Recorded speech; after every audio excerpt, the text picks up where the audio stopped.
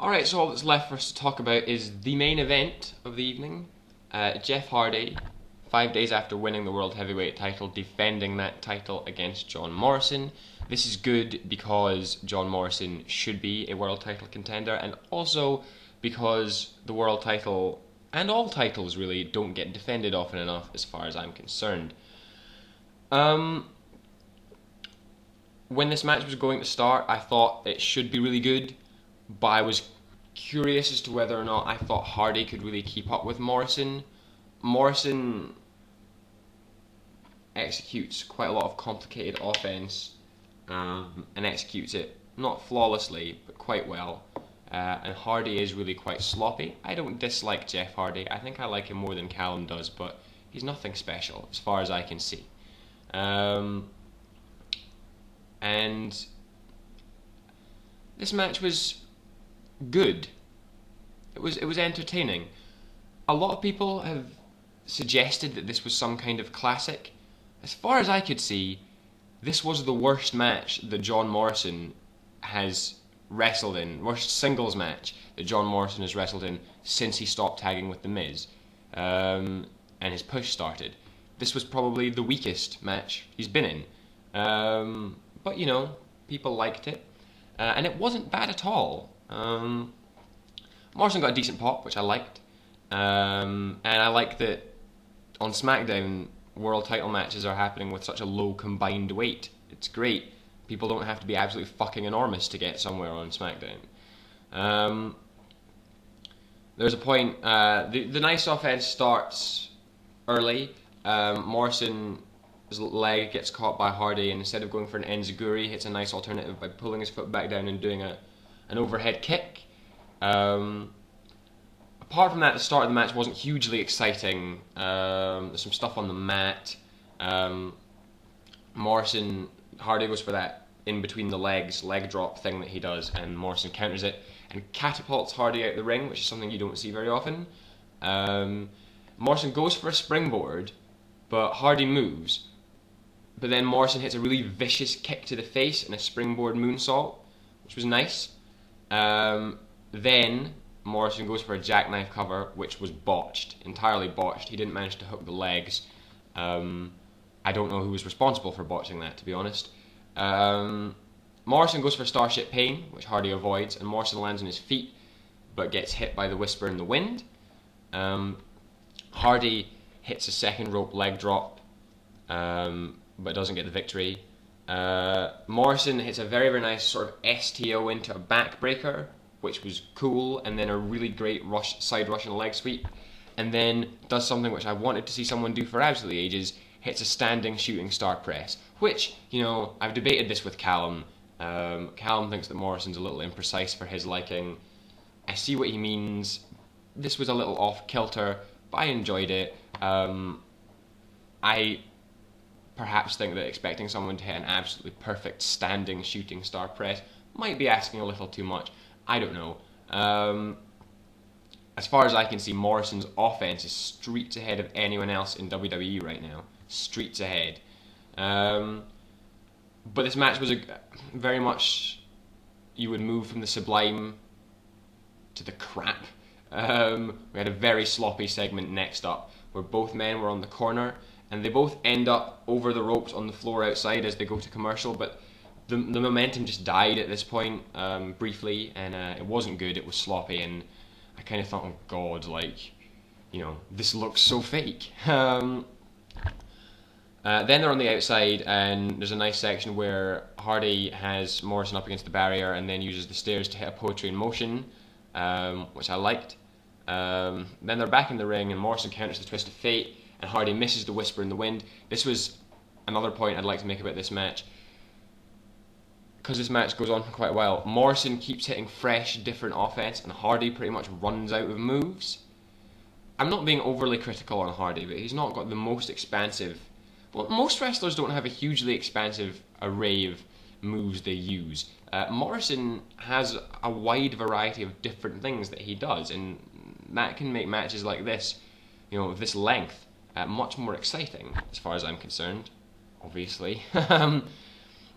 And then, after Hardy missed Whisper in the Wind, Morrison hits that absolutely delightfully vicious running knee to the seated opponent.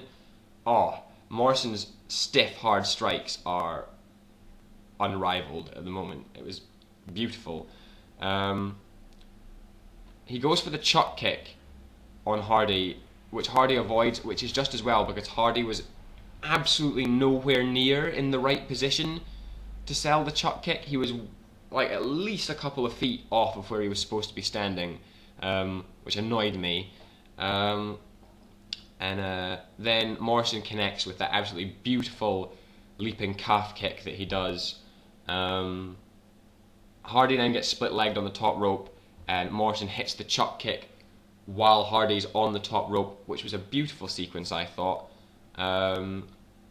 And I noted at this point that this match was pretty much, offense-wise, it was pretty much all Morrison. Hardy wasn't actually getting that much offense, which I liked. It allowed Morrison to show his skills and get more over with the crowd, and it helped hide some of Hardy's limitations.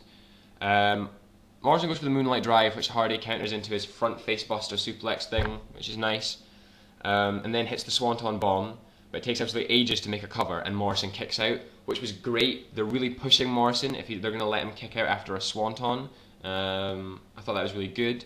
Hardy goes for that drop kick into the corner thing, which is probably my favourite move that Hardy does, so it was kind of a shame he didn't get to hit it. Morrison counters it, and then sets Hardy up for the Starship Pain.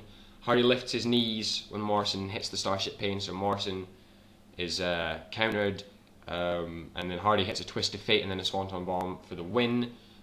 This match was good. I was obviously expecting Jeff Hardy to win. That was obviously going to happen. I liked the way that Morrison was made to look very, very strong. I think there were a lot of good sequences, and I now personally think that Morrison is at the stage where he's so good as far as I'm concerned. Callum's not quite as sold on him as I am. He thinks he's really good, but I think he's really, really good. I think Morrison's at the stage where I think he looks equally excellent in all of his matches, and I think Morrison's matches will be as good as his opponent is capable of being from now on, because Morrison delivers every time. But we'll see. We'll see. And then at this point, CM Punk appears to congratulate Jeff Hardy, and Morrison just fucks off. And he raises Jeff's hand, and Jeff looks really pissed off. But he raises Jeff's hand and indicates strongly for everyone to cheer for Jeff. And then he starts to speak and gets out about half a sentence. He says, Jeff, the last few weeks, and then hits Jeff with the microphone, knocking him down, and throws him out of the ring and into the barrier several times, and basically assaults Jeff Hardy really stiffly and really aggressively. I really liked this. It made Punk look really, really aggressive. A good way to get heel heat. It's a little more obvious than I was hoping Punk's heel turn would become. It is a little blindingly obvious, but I thought this was vicious, and it made Punk look like an absolute wanker, basically. And JR actually did quite a good job at this point. One of the things that JR does best, of sounding absolutely horrified at this heinous, heinous assault. I enjoy that. It made me feel nostalgic about my childhood to hear JR say those kinds of things. Then Punk goes to leave, but then assaults Jeff again, but I wish he hadn't, because the second assault was shit. It was just rubbish. There was no need for it. And Punk tells everybody he wants everybody all over the world to tune in SmackDown next week, because that will be when he takes his world title back. That's not going to happen. He's going to lose, clearly. But hopefully it'll be a good match, Punk and Hardy. So yeah, this SmackDown was quite good, actually. Much better than it should have been on paper. Not as great as some people think, but good. SmackDown is worth watching, basically. Apart from things like the feud between the Great Khali and Kane is the biggest build-up to something that nobody wants to see ever. But Raw's pushing Mark Henry, so at least it's not that. So SmackDown is still the far superior of the two main shows, and I quite enjoyed it. let me know what you think. Did you enjoy it? Did you think that the main event was a classic where I didn't? Let me know. Thanks for watching and bearing with me, and I hope everyone watching has a really nice day, and take care of yourselves. Alright, cheers guys.